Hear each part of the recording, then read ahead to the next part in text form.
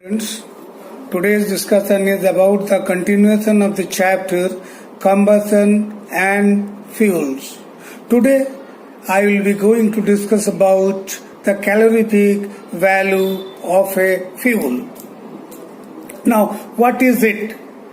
Calorific value of a fuel. The definition of the calorific value of a fuel is like this. The amount of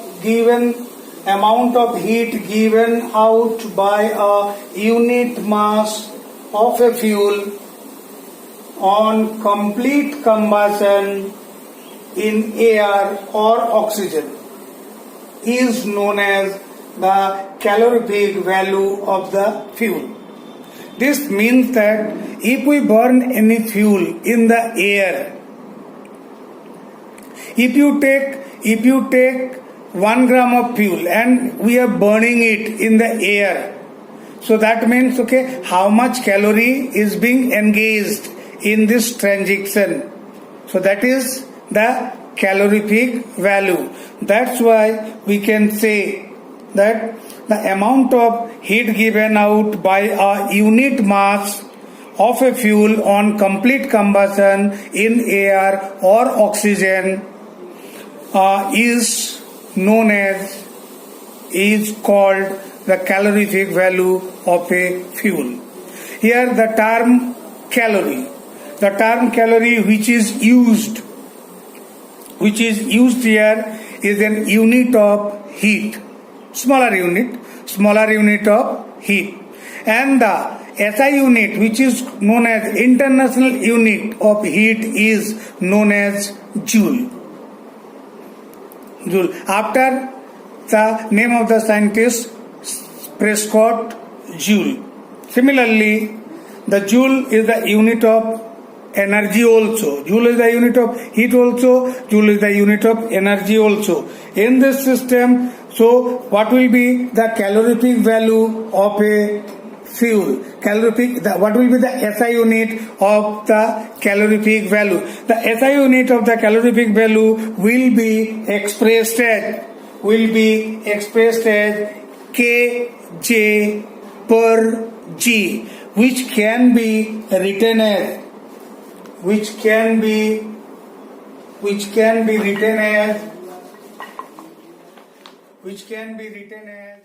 in this system, the calorific value of a fuel will be expressed in kJ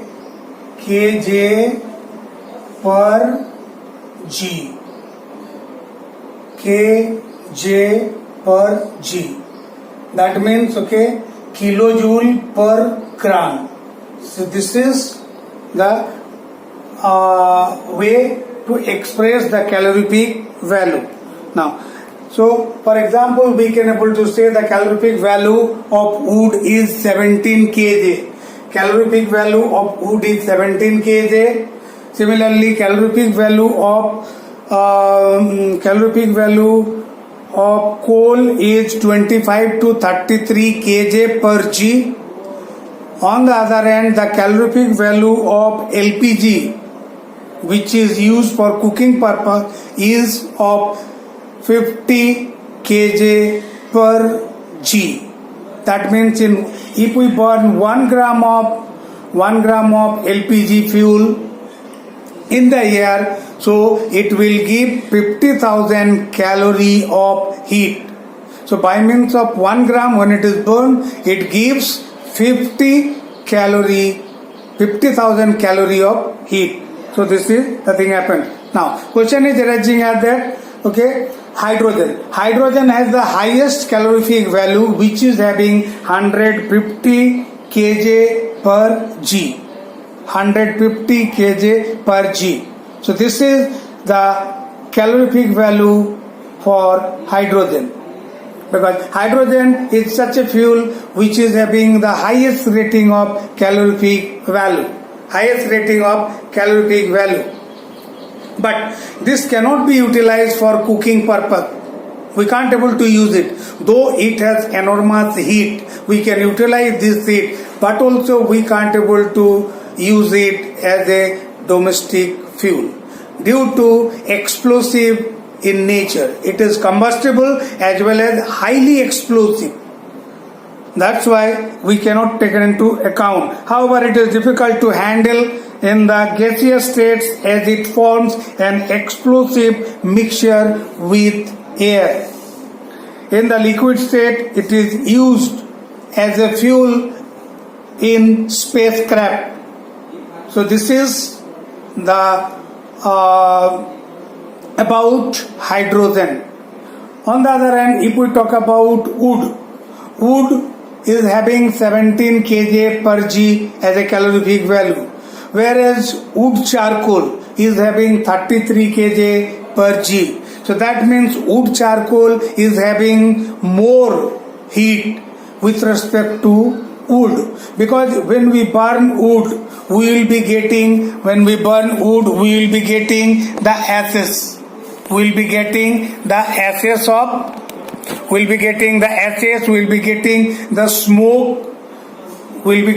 smoke arising out of the wood when wood is burned. But we can't able to get any kind of smoke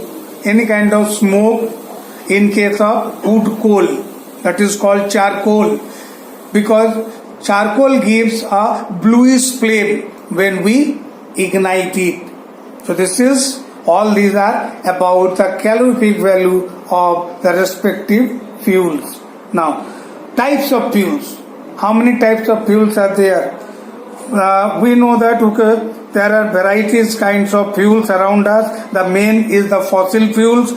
Fossil fuels which are found under the surface of the earth, we obtain it. The examples of such fossil fuels are coal, petroleum, natural gas, etc. Most of our energy requirements are met by such fossil fuels. However, their stocks are limited. We can't able to use them because we can't able to use them again and again. Once their deposit gets exhausted, we can't able to get them back. So that means once it is over, so we can't able to get back their traces. So hence we have to use these materials, these fuels wisely, so that we can able to continue it for a longer period. Our next ancestor also can able to get its existence. So this is the thing happen. So there is also another source of energy which is known as biogas. That is, biogas is also such source of energy by which we can able to obtain. It is also acts as a fuel. Now, what is biogas? Biogas is what? How it is being prepared, how it is being made. Biogas is obtained by the anaerobic fermentation, because in this fermentation anaerobic process is engaged over here. Anaerobic process means the process in which absence of oxygen is required. Here no oxygen is necessary for causing this process, hence it is known as anaerobic respiration. So biogas is obtained by the anaerobic respiration of what?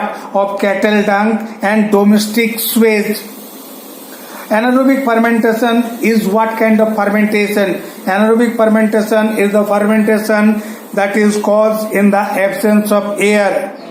A mixture of methane, carbon dioxide, hydrogen sulfide is thus obtained in this, because these mixtures we get in these forms, that is methane, carbon dioxide, hydrogen, sulfur dioxide, hydrogen sulfide, etc. we obtain by it. Methane is the main constituent of the biogas. Yes, the main constituent of biogas is called as methane, and methane is the first member of the alkane family. It is hydrocarbon group whose molecular status is, or molecular formula is CH4. This is called methane. That is belonging to hydrocarbon group. So 1 carbon and 4 hydrogen atoms are there. Now, in what way we can obtain biogas? For obtaining biogas, the fermentation is being taken into account in an underground tank.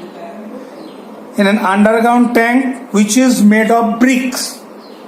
And this underground tank is referred as, it is known as digester. Now, in the digester, what we have to put? So we have to collect the dung, specifically the cow dung, because we know this arrangement is widely used in the rural areas, because rural areas are fortified with cattle. Cattle are readily available because most of the persons are engaged in farming. Their occupations are they are farmers. Hence, and farmers, they used to cultivate their lands, and as they are cultivating their lands, so ultimately they have to tame the domestic animals such as cows, buffaloes. So they used to tame these for drawing carts, for plowing fields, for different items they use. So ultimately they used to excrete. So the dungs are being collected over, more and more dungs are there. So we have to keep the dungs, and we have to put the dungs in the form of slurry of cattle along with water is being fed into the tank which is known as the digester. After fermentation, on fermentation of the dung, biogas is being obtained and is being collected in the gas holder, and from time to time whenever we have to use it, so we can able to utilize that gas for cooking purpose as well as for lighting purpose. The gas holder, which is made of steel, floats over the slurry. The holder moves up when gas collects in it. When the gas will be stuck over there, it remains over at down position. As soon as the gas stucks over inside, so gas makes it to move up, and thus it moves up. So it moves up when the gas is thrown out, and after that when we utilize this gas, again it comes down to its original position as it was earlier. So there is an outlet pipe for the gas on the top of the gas holder. Larger plants can be established for a community. If there are big community, large people are residing over there, so we have to make a large setup for this plant. We have to make large setup, means a big plant is necessary to set up, so that we can able to, so that most of the persons who are residing over there, many persons they used to available it, they used to get it. On the other hand, such plants can be put easily in the rural areas. The government has given some subsidiary rate to install such plants, and if once you have got installation, so you have installed it, and then after using it for certain periods, you have to repay for it your installation charge. The establishment of biogas plant throughout the various agencies. Methane is the main constituent of the biogas. Burns to give carbon dioxide and water vapor. It burns completely. No soot or unburnt particles is being, means when we burn biogas, no unwanted materials are available or gets released. No soot is formed or released. So thus this gas is completely eco-friendly. It is safe. It does not give any kind of pollutant. It does not pollute the atmosphere, and thus we can able to say that if we burn methane gas in the air, so it will form. If we burn methane gas in the air, it gives water,